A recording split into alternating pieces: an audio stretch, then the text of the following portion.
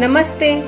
आज हम जलाराम बापा के बारे में कुछ बातें करेंगे। सौराष्ट्र गुजरात के संत पुरुष जलाराम बापा एक सामान्य मानव होते हुए भी अपने श्रेष्ठ कार्य एवं आदर्शों के कारण पूजे जाते हैं।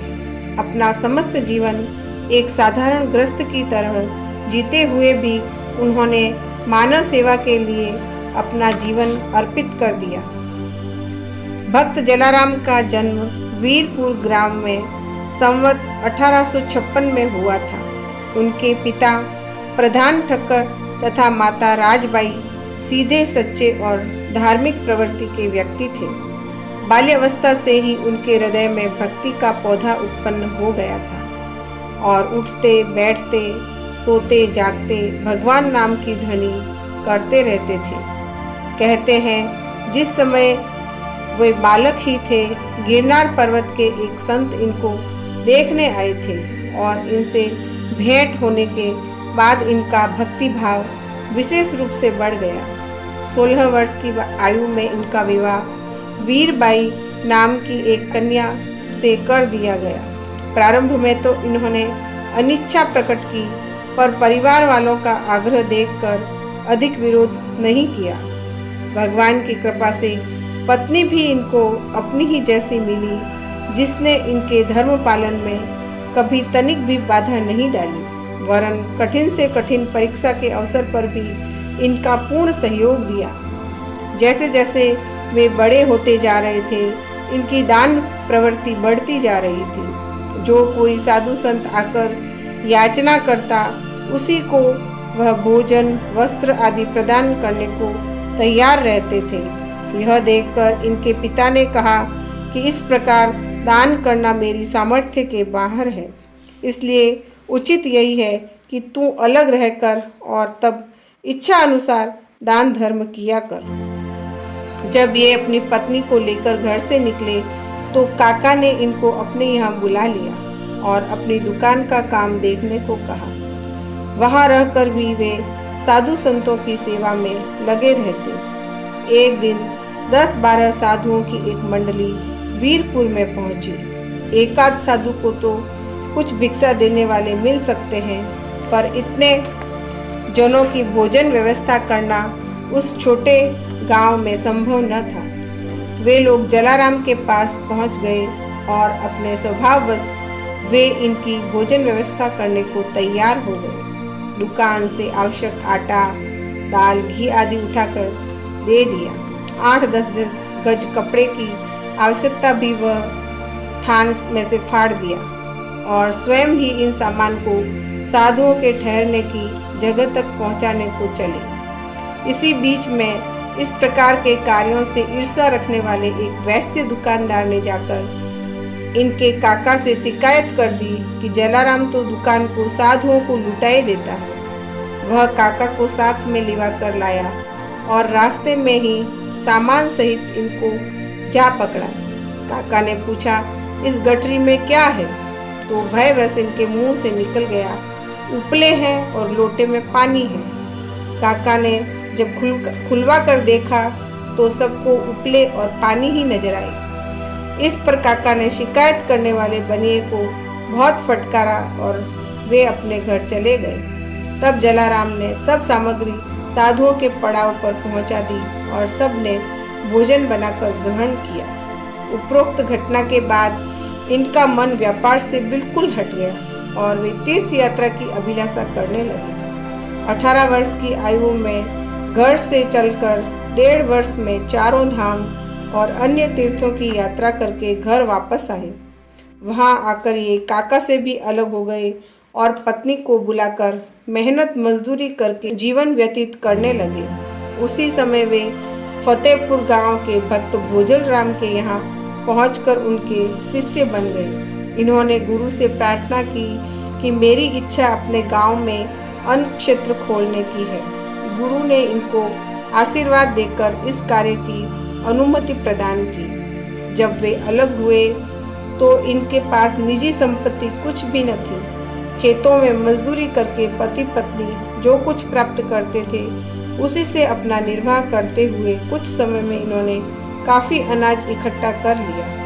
इन्होंने पत्नी से पूछा, हम तो अपने निर्वाह के लायक अन्न प्रतिदिन मेहनत मजदूरी करके कमा ही लेते हैं, इस इकट्ठे हो गए अन्न का क्या करें?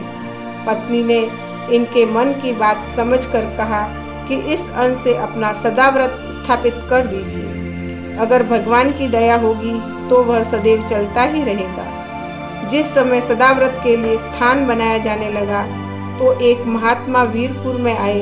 उन्होंने आशीर्वाद दिया कि तुम निस्वार्थ भाव से प्राणी मात्र की सेवा करते चलो, तुम्हें कभी घाटा न होगा, तुम्हारे सभी कार्यों की पूर्ति होती चली जाएगी। उधर अन्न बांटने का काम भी भली प्रकार से प्रारंभ हो गया। उनकी खबर फैलने से साधु संत अधिकाधिक संख्या में वहां आने लगे। कुछ ही समय में उनका जमा किया हुआ अन्न खर्च हो गया। तब उनकी पत्नी ने अपने समस्त आभूषण उतार कर दे दिए। इनका सबसे अच्छा उपयोग तो यही है कि ये साधुओं की सेवा में काम आए। जलाराम जी ने कुछ दिन गहनों को बेच कर अन्न क्षेत्र का काम चलाया। इनका यह त्याग देखकर अन्य लोगों पर भी प्रभाव पड़ा और अनेक लोग इनके भक्त बनकर सब प्रकार की खाद्य सामग्री से अन्न क्षेत्र के कार्य में सहयोग करने लगे और इसकी नींव खूब मजबूती के साथ जम गई। जब जलाराम जी के अन्न दान की प्रशंसा वीरपुर के ठाकुर साहब श्री मूल जी ने सुनी तो उन्होंने 200 बीघा जमीन, एक कुआं उसके सहायतार्थ अर्पण किया और गांव के समस्त किसानों को आज्ञा दी कि वे फसल के समय एक पैमाना अनाज अन्न क्षेत्र के लिए भी दें। इसके सिवाय जो कोई भी कष्ट पीड़ित या अभावग्रस्त व्यक्ति इनके पास आता, इनके आशीर्वाद से वह कष्ट से मुक्त हो जाता। इससे इनका प्रभाव आसपास के स्थानों में फैल गया। उसी समय की 2 ऐसी घटनाएं लोगों में बहुत प्रसिद्ध हैं। वीरपुर में ही जमाल नाम का एक मुसलमान तेली रहता था।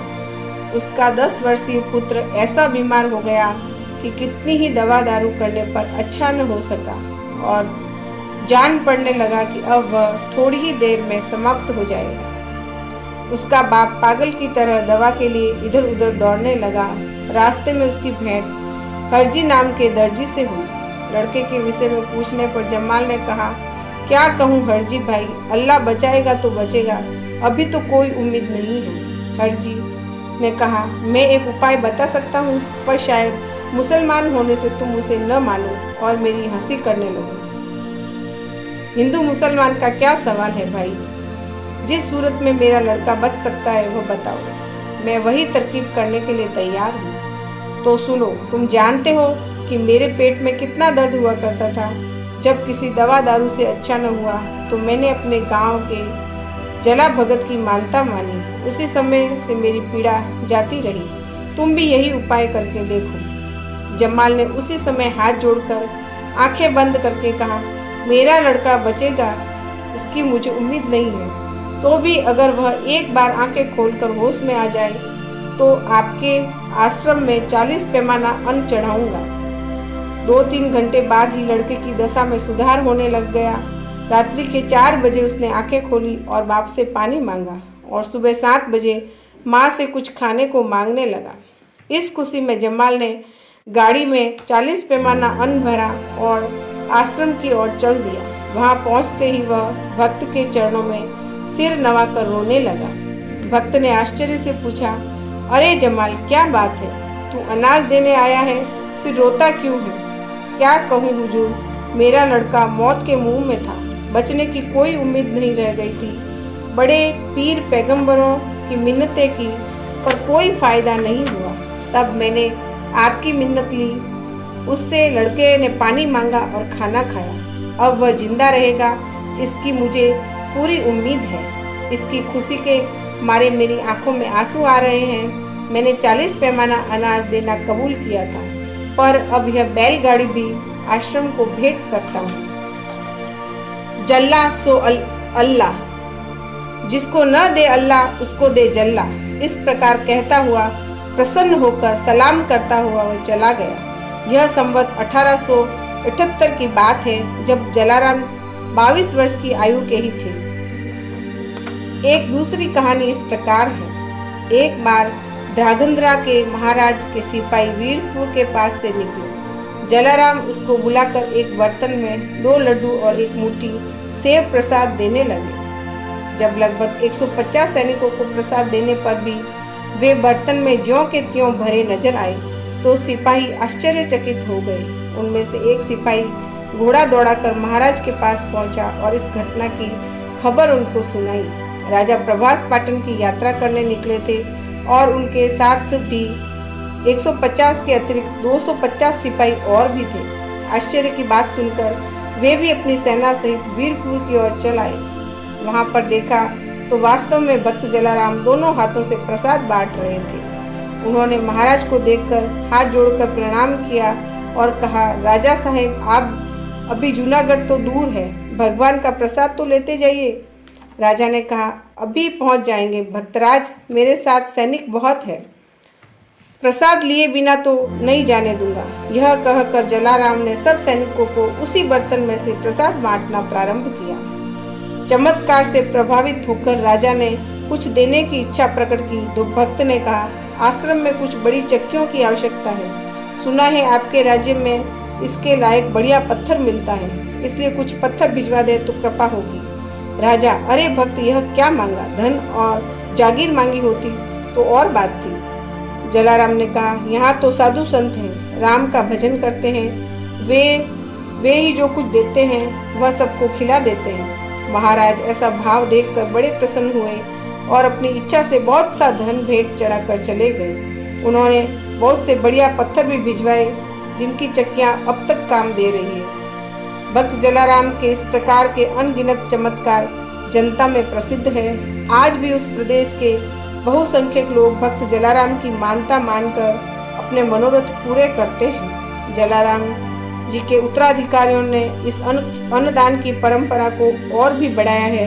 अब ये बम्बई, अहमदाबाद, सूरत तथा अन्य अनेक छोटे स्थानों में भी अन्न क्षेत्र स्थापित किए गए हैं, जहां हजारों मन अनाज प्रति मास वितरण किया जाता है। इनका चरित्र इसका प्रमाण है कि अगर मनुष्य सच्ची निष्ठा और शुद्ध अंतःकरण से कार्य करे तो साधारण स्थिति में रहकर भी आत्मकल्याण करते हुए दीन दुखी जनों की भरपूर सेवा कर सकता है। महापुरुषों के जीवन चरित्र का प्रचार प्रसार करना अथवा किसी प्रकार से सहयोगी बनना एक पुण्य बल बढ़ाने वाला कार्य है। महापुरुषों का जीवन चरित्र सुनने और सुनाने से आत्मकल्याण होता है व मनुष्य को सद्मार्ग पर चलने की प्रेरणा प्राप्त होती है। अतः इस वीडियो को अधिक से अधिक अपने मित्रों को व्हाट्सएप, फेसबुक, ट्विटर, इंस्टाग्राम आदि सोशल प्लेटफॉर्म पर शेयर करें ताकि सुनने वालों का भी कल्याण हो व आपका भी पुण्य बल बढ़ सके। हाँ, और एक बात और, अगर आपने अभी तक मेरे चैनल को सब्सक्राइब नहीं किया है तो शीघ्र ही कर लीजिए ताकि ऐसे ही आध्यात्मिक नई वीडियो की नोटिफिकेशन आपको मिलने लगे। आज बस इतना ही।